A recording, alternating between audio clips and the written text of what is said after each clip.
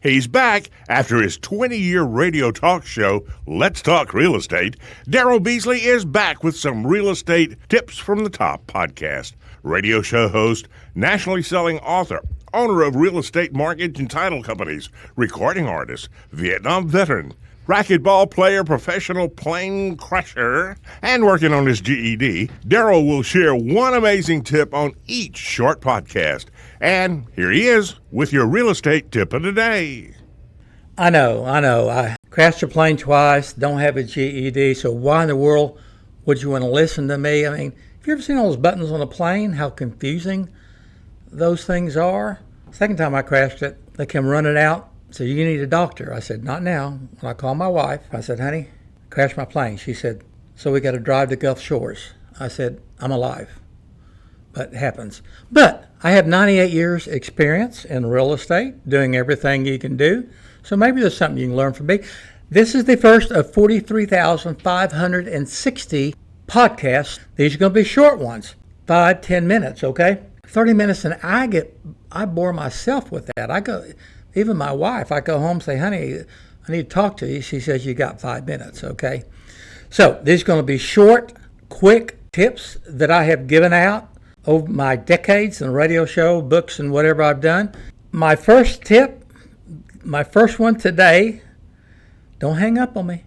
My first one today is going to be how to determine if a real estate transaction is a good investment for you or not, and do it in 15 seconds.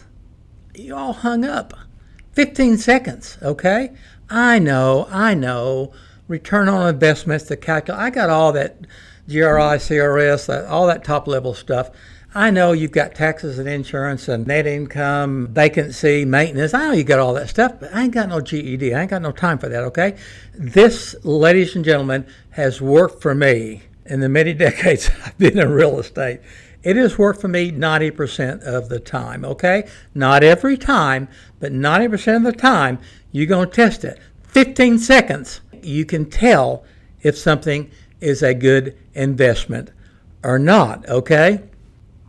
Now, this is called the Daryl Double Down, Dare You, Done Did It method, okay? Your CPA doesn't know about this. Your financial guru doesn't know about this. Only me, okay? How do you do it in 15 seconds? You ready? Take the sales price of the investment and divide it by the annual gross income. That's it. I know what you're thinking. All those other factors, I know that stuff, okay? But try it. You're going to buy a little house, $200,000, rent it for $1,500 a month. $1,500 a month, what's that, $18,000 a year? $200,000 divided by 18 years is a little over 10. Let's say 11 years. That's an 11-year deal.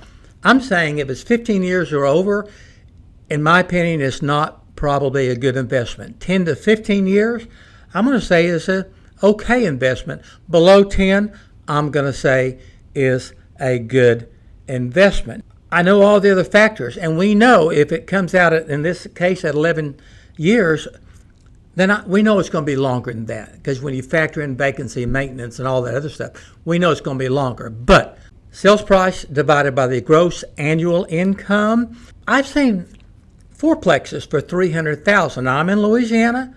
I was the number 3 agent in Oklahoma back in 1915, I think it was, whatever, number 1 in my market in Northeast Louisiana. Fourplexes, I mean, that can be $4 million in California. That can be $50 someplace. $300,000 fourplex that you can rent for $1,000 aside, $4,000 a month, $48,000 for the year. $300,000 divided by that 48, let's say 50, 6 years. I'm saying that's a good investment. You calculate it out, you talk to your CPA, you do the return on investment, that's going to come out fine. I talk to hundreds of people. I've got 3 or 4 businesses, the largest real estate company in my market, but I do mortgage, everything, whatever. I had somebody call me on a multi-million-dollar deal. And they said, man, we got this multi-million-dollar deal, but there are no comparable sales. We have no idea. There's some mobile homes, there's some this, there's some that, so whatever. We don't know what it's worth. I said, tell me what the gross monthly income is. And they gave it to me. It was like $18,000 a month gross income.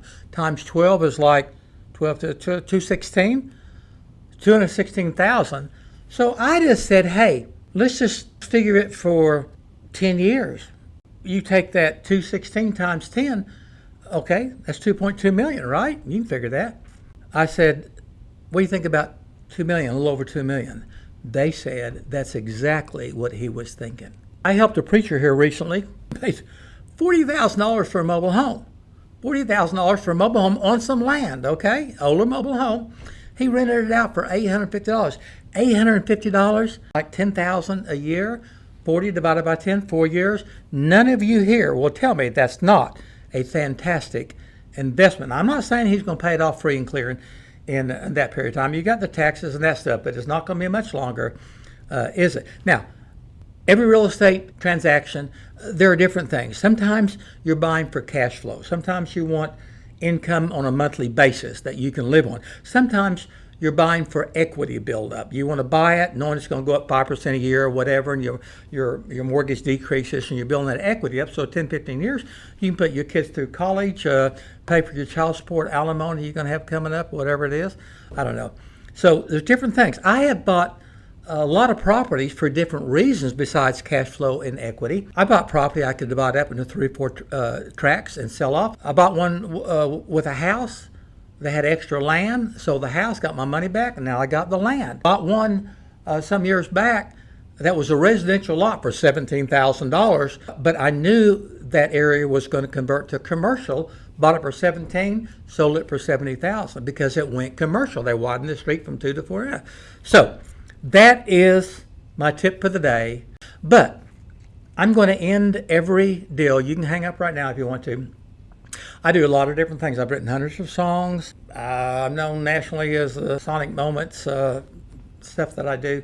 But if you want to click, is a song I wrote. I think it's hit 40,000 views, thousands of comments.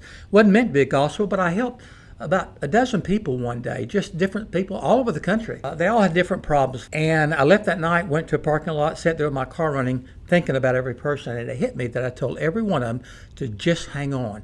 Just hang on, you'll get through this. I've been through everything in life that you can go through. God has put me through everything, but He's got me through everything. And in 15 minutes, I wrote the song, Just Hang On. Was not meant to be a gospel.